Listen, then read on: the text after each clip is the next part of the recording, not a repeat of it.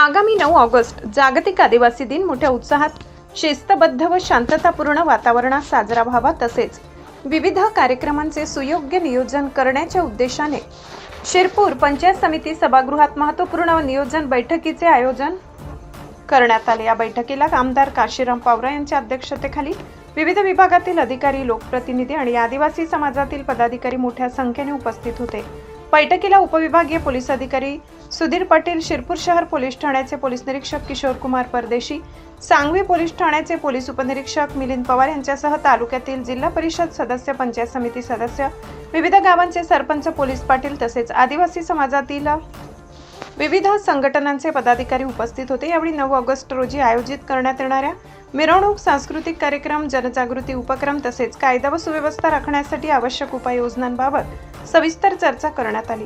कार्यक्रमात सहभागी होणाऱ्या सर्वांनी शिस्त पाळावी, प्रशासनाला सहकार्य करावे आणि कोणताही अनुचित प्रकार घडणार नाही याची दक्षता घ्यावी असे आवाहन उपस्थित अधिकाऱ्यांनी केले। जागतिक आदिवासी दिवस आपण मोठ्या उत्साहाने सालाबादाप्रमाणे मनवत असतो।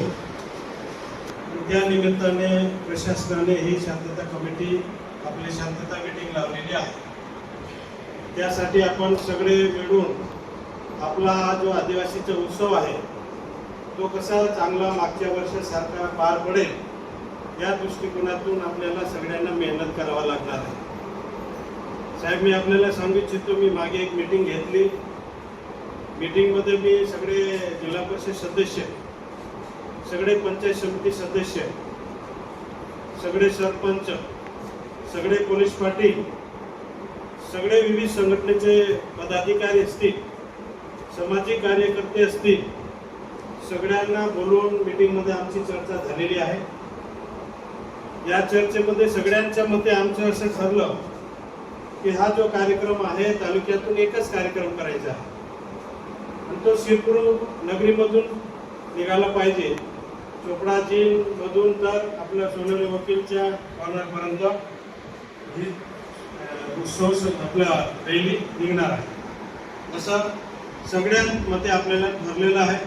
सगळ्यांनी होकार दिलेला आहे, सगळ्यांनीच मानलेला आहे आणि त्या निमित्ताने सगळ्यांच्या मते ठरलेलं आहे आणि मी त्यांना सूचना पण दिलेल्या आहे सगळ्यांना की जागतिक आदिवासी दिवस हा आपला सगळ्यांचा उत्सव दिवस आहे आणि या आदिवासी समाजामध्ये अनेक समाज येतात। तर आपण ज्याच्या समाजामध्ये जे काही पारंपरिक वाद्य आहे, आपले जे जाती रूढीप्रमाणे जे काही आपल्या समाजामध्ये चालीरीती आहे, जे काही समाजामध्ये वाजंत्री आहे, ते वाजंत्री घेऊन आपण आपल्याला आदिवासी संस्कृती काय आहे हे आपल्याला दाखवायची आहे, ती टिकवायची आहे। त्या दृष्टिकोनातून हा आदिवासी जागतिक दिवस आपण मनवतो आहे। तर हे आपण आनंदाने दरवर्षी मनवतो आणि हे करत असताना कुठं गालबोट लागला नाही पाहिजे या दृष्टिकोनातून आपण हे नियोजन केलेलं आहे। सगळ्या पदाधिकाऱ्यांना विश्वासात घेतलेलं आहे, सगळे संघटनावाल्यांना विश्वासात घेतलेलं आहे, सगळे सरपंचांवर जबाबदारी टाकलेल्या आहे। सरपंचावर आणि पोलीस पाटलांवर जबाबदारी अशी टाकलेली आहे की आपल्या आपल्या गावामधून जे आदिवासी बांधव येणार आहे ते आपल्या गावामध्ये मीटिंग घेऊन तिथं त्यांना सूचना देऊन द्यायचे की आपण आपला आदिवासी दिवस हा आनंदाने उत्साह मनवायचा आहे। तर तिथं आपण कुठल्या हत्यार घेऊन जायचं नाही आहे, कुठलंही आपल्याला धारदार जे काही हत्यार असतं ते घेऊन जायचं नाही। त्याच्यामध्ये कुऱ्हाड असेल, तलवार असेल, आणखी ते सायकलचे रिंग जे काही आणखी नवीनच निघालेलं आहे ते असं काही घेऊन जायचं नाही आहे। तीर खांबे आपण घेऊन यायचे आहे, त्याला काही बंदी नाही आपल्याला, कारण ते त्याच्यामध्ये हे जास्त कोणाला लागून जाईल असं काही नाही आहे। ते मग तयारी करतं तेव्हा लागतं ते, त्यामुळे तसं काही नाही। हे जे धारदार असतात, तलवारी असतात, कुऱ्हाड असते किंवा ते सायकलचे रिंगचे बनवलेले असतात, ते कुठेही कोणाला न जाऊन सहज कोणी मारू असतो। त्यामुळे तीर खांब्यामध्ये तितकं हे नाही आहे, त्यामुळे ते आपलं पारंपरिक आहे। त्या दृष्टिकोनातून आपल्याला ते घेऊन आपल्याला उत्सव मनवायला काही हरकत नाही आहे। परंतु जे काही बाकी हत्यार आहेत ते आपण कोणी आणू नये असं मी सरपंच, पोलीस पाटलांना सूचना दिलेल्या आहेत। त्यांनी तशी मेहनत घेतली पाहिजे, कारण आदिवासीचा जो दिवस आहे तो आपल्याला आनंदाने मनवायचा आहे। आपली संस्कृती आपल्याला जपायची आहे। आणि ती संस्कृती घेऊन आपल्याला शहरामधून रॅली काढून आनंदाने आपल्याला मनवायचं आहे. त्या दृष्टिकोनातून सगळ्यांना सूचना दिल्या गेल्या आहेत. मी आपल्याला सगळ्यांना प्रशासनाला आश्वासित करतो की जे मागच्या वर्षी जसं कार्यक्रम झाला तसंच यावर्षी सुद्धा होईल. आणि मी सगळ्या पदाधिकाऱ्यांना आणखी सूचना करतो की जेव्हा रॅली तिथून सुरुवात होईल तेव्हा असं समजायचं नाही की आपलं आता संपलं, आपल्याला घरी जायचं असं समजायचं नाही. आपल्याला तिथून रॅली सोबत सगळ्यांनी रॅलीमध्ये एक एक कार्यकर्ते आपली रॅली व्यवस्थित चालली पाहिजे. कोणी दारपुट्या किंवा कोणी मध्ये धिगाणा घालणारा कोणी घुसला नाही पाहिजे. या दृष्टिकोनातून आपल्याला निरीक्षण करायचं आहे. ते निरीक्षण करत असताना जेव्हा समाप्तीच्या वेळ येणार आहे तिथे सुद्धा आपल्याला सगळ्यांना उभं राहून आपल्या लोकांना आपल्याला घरी पाठवायचं आहे, शांततेरीत्याने आपल्याला पाठवायचं आहे.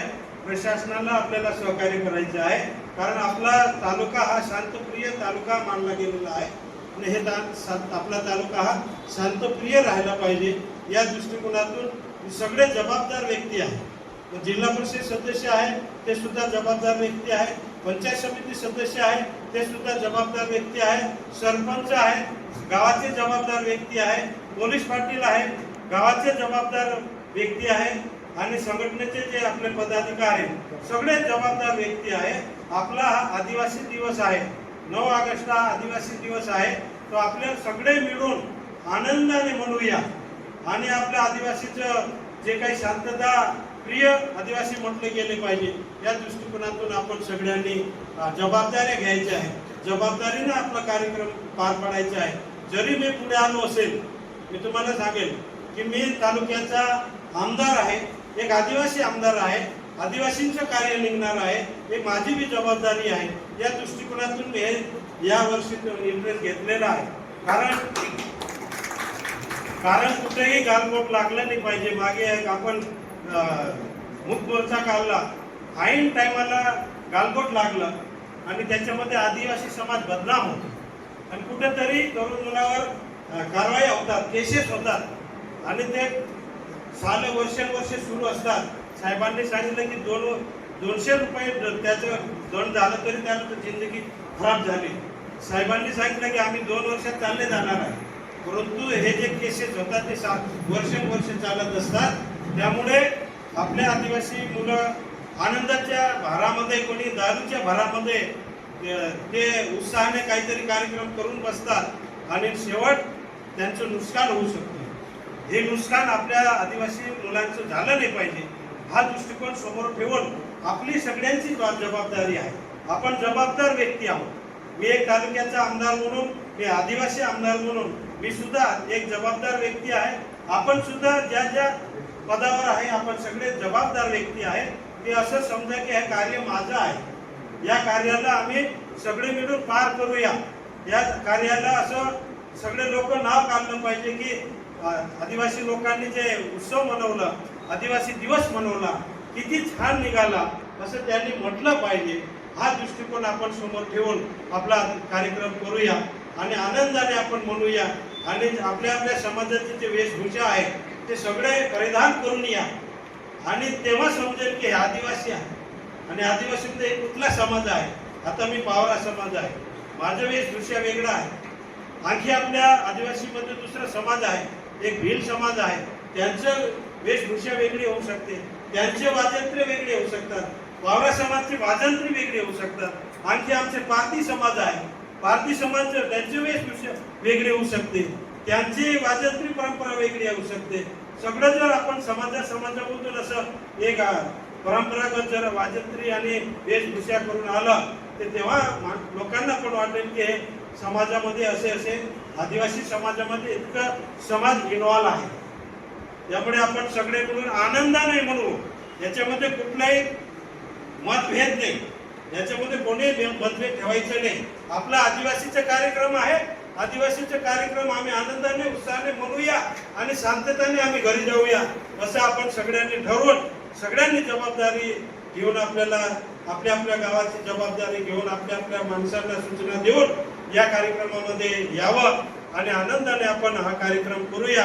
आणि जेव्हा शेवटच्या क्षणी समाप्तीच्या वेळ येईल तेव्हा आपण सगळे मिळून समोर या आणि त्या जे काही रॅली येणार आहे किंवा वाजंत्र येणार आपला त्यांना प्रेमाने समजून त्यांना घरी पाठवूया, इतकं मी आजच्या दिवशी सांगेल. आणि प्रशासनाला मी आश्वासित करतो की मागच्या वर्षी जसा कार्यक्रम झाला तसाच कार्यक्रम शांततेने होईल असे मी तालुक्याच्या आदिवासी समाजाच्या वतीने मी गवाही देतो आहे. आणि मी या वर्षी काय तिथं हजरच राहणार आहे आणि शेवट मी तिथे येणारच आहे.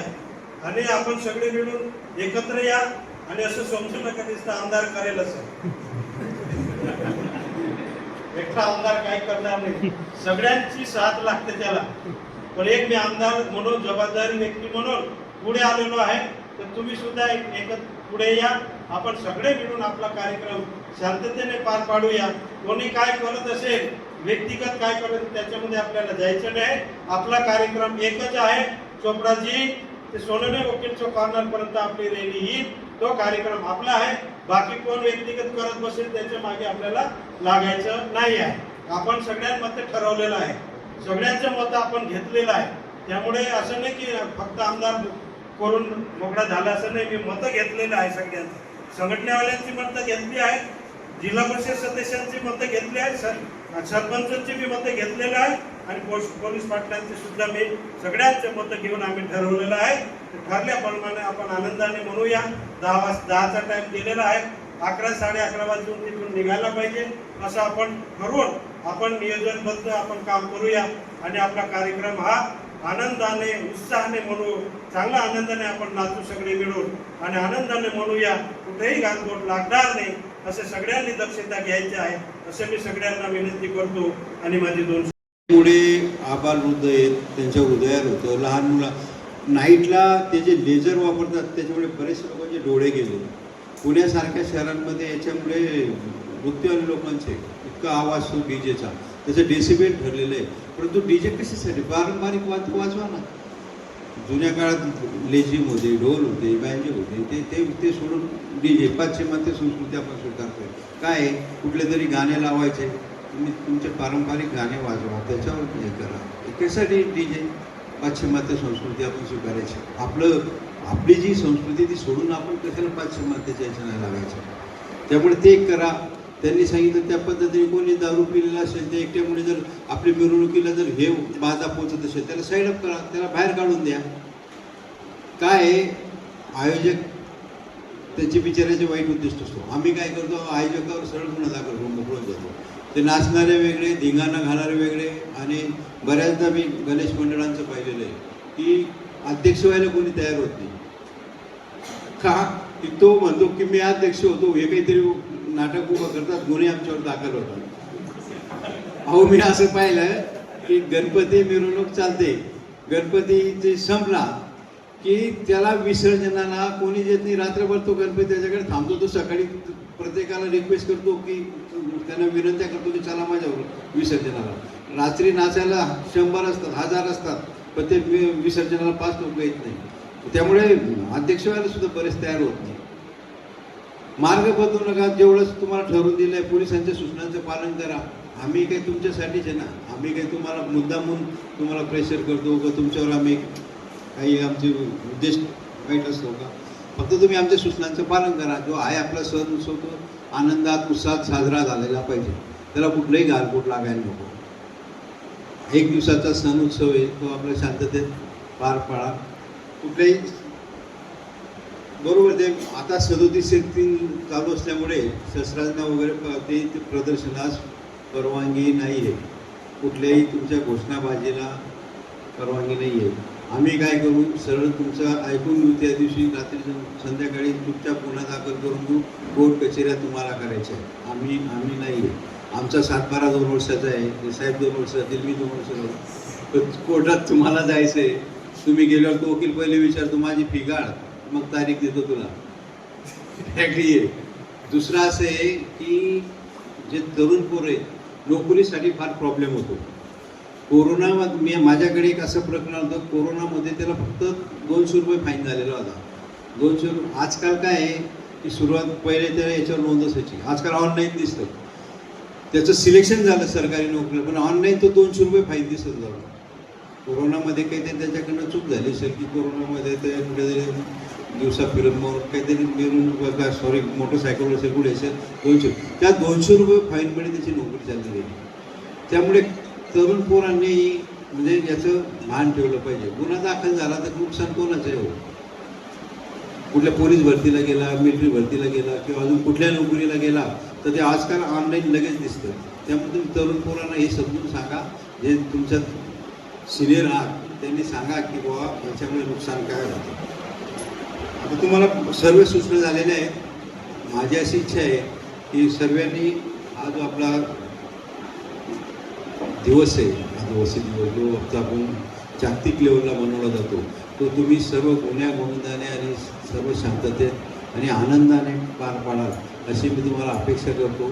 आणि दादा आहेतच, दादाकडून मी तसा शब्द घेतो आणि दादा तुम्ही तो पार पाडणार. तुम्हाला त्या दिवसाच्या आजपासून शुभेच्छा देतो आणि सर्वांनी याचं पालन करावं अशी अपेक्षा करतो. आमच्या धुळे जिल्हा पोलीस दलाच्या वतीने, पोलीस अधीक्षक साहेबांच्या वतीने, अप्पर पोलीस अधीक्षक साहेब माझ्या वतीने, PI साहेबांच्या वतीने, सांगवी पोलीस स्टेशनचे PI राजे त्यांच्या वतीने सर्वांकडनं अपेक्षा व्यक्त करतो. आणि तुम्ही हा शांततेत कार्यक्रम, हा जो उत्सव आहे आपला शांततेत होईल आणि ज्या मार्गाने दिलेला आहे त्या मार्गानेच होईल. आपला जो मार्ग आहे तो चोपडा मिल ते सोनवणे बंगला इथपर्यंत आहे. याच्यामध्ये कोणत्याही प्रकारची जातीय तेढ निर्माण होणार नाही याची काळजी घ्यायची आहे. मागच्या वर्षी असं कुठलेही गालबोट लागलेले नव्हते. सदर कार्यक्रमाचा अजून आपल्याकडे अर्ज आलेला नाही, तर तो अर्ज लवकरात लवकर द्यावा. सर्वात महत्वाचं म्हणजे ह्या मिरवणुकीमध्ये जे आपण पारंपरिक जे शस्त्र आहे, आपण काय म्हणतो त्यांना प्रतिकात्मक, ते प्रतिकात्मक शस्त्रांना तुम्ही आणलं तर काही अडचण नाही. परंतु जे तुम्ही ते सायकलचे जे व्हील असतात त्याला कट करून त्या तलवारी, भाले किंवा हत्याराने आणतात ते कृपया याचा आणू नका. आपण आपल्या प्रत्येक गावातील, आता इथून तुम्ही गेल्यानंतर गावामध्ये आम्ही ज्या सूचना देतोय किंवा आपण सर्वांच्या सहमतीने ज्याच्यावर चर्चा होते त्या सर्व सूचना आपण एक प्रतिनिधी म्हणून त्यांच्यापर्यंत द्याव्या, म्हणजे आपल्याला इथे काही अडचण येणार नाही. ही सर्वात महत्वाची सूचना आहे की कुठल्याही प्रकारचे शस्त्रे कोणी आणणार नाही. जर कोणी आणत असेल तर त्याला आमच्या लक्षात आणून द्यावे, तर त्याला तात्काळ बाजूला करून द्यावे आणि ते शस्त्र जमा करून घेण्यात येणार. त्यानंतर कुठल्याही प्रकारचं मद्यप्राशन करून कोणी येणार नाही, कारण याच्यामुळे काय होतं, सर्व कार्यक्रम शांततेमुळे चालू असतो आणि एका जणाच्या मूर्खपणामुळे त्या चुकीमुळे त्या पूर्ण कार्यक्रमाला घालवून लागतं. कृपया असला कुठलाही प्रकार होणार नाही याची काळजी घ्यायची. त्यानंतर जे समाज माध्यम जे आहे, social media, Facebook, Instagram, WhatsApp, त्याच्यामध्ये विनाकारण दुसऱ्या आपसी दुश्मनी काढण्यासाठी विनाकारण चॅलेंज कुणाला करू नका किंवा त्याच्यावर काही असे पोस्ट टाकू नका जेणेकरून दोन जातीमध्ये, धर्मामध्ये तेढ निर्माण होईल.